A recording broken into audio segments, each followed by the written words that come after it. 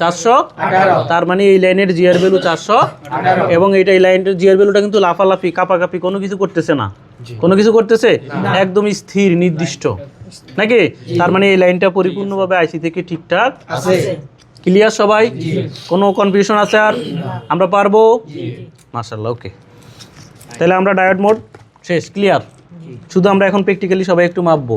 মনে রাখতে হবে পজিটিভ প্রকটা ধরতে হবে মাদারবোর্ডের নেগেটিভে, আর নেগেটিভ প্রকটা ধরতে হবে মাদারবোর্ডের পজিটিভে। ক্লিয়ার সবাই? আর বলা লাগবে? তারপরে খালি দেখবো নাকি? আচ্ছা, এবার আমরা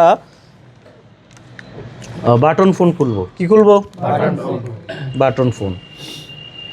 এই যে আমাদের হাতে একটা বাটন ফোন আছে না, এই বাটন ফোনটা এর আগেও কাজ করা হয়েছে, আপনারা এটা দিয়ে প্র্যাকটিস করুন, পরবর্তীতে রানিং ফোন দেওয়া হবে। এখন বাটন ফোনে আমরা বলছি যে আমরা বাটন ফোনে সব কাজ দেখাবো নাকি। এখন আমরা বাটন ফোনটা তাকে খোলা জানতে হবে, তারপরে কাজ। বাটন ফোনের ব্যাক পার্টটা সবাই তো খুলতে পারবেন আশা করি, এটা লক সিস্টেম, আঙুল নখ দিয়ে আড়াল দিলেও খুলে দেয়, ওপেনিং টুলসেরও দরকার খুব একটা হয় না। এখন হচ্ছে ব্যাক পার্টটা খোলার পরে এখানে ব্যাটারি থাকবে। কি থাকবে? কি থাকবে? আমরা কি সবাই ব্যাটারিটা খুলতে পারবো বাটন ফোনের? এই যে আমরা চাপ দিলেই খুলে দেয় নাকি।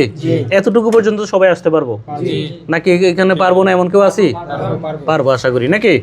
তারপরে হচ্ছে আমরা এই অবস্থায় আমরা এখন কি করব, এই যে দেখবেন ভিতরে নাট আছে। কি আছে?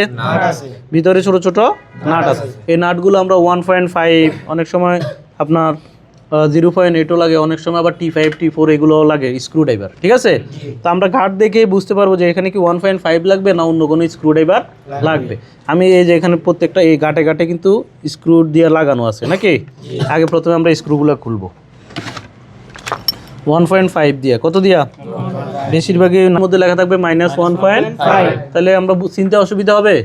গায়ে স্ক্রু ড্রাইভারের নাম লেখা আছে। এই যে নাটগুলো এগুলো খুলবো আমরা, হ্যাঁ, এইভাবে ঘুরে ঘুরে।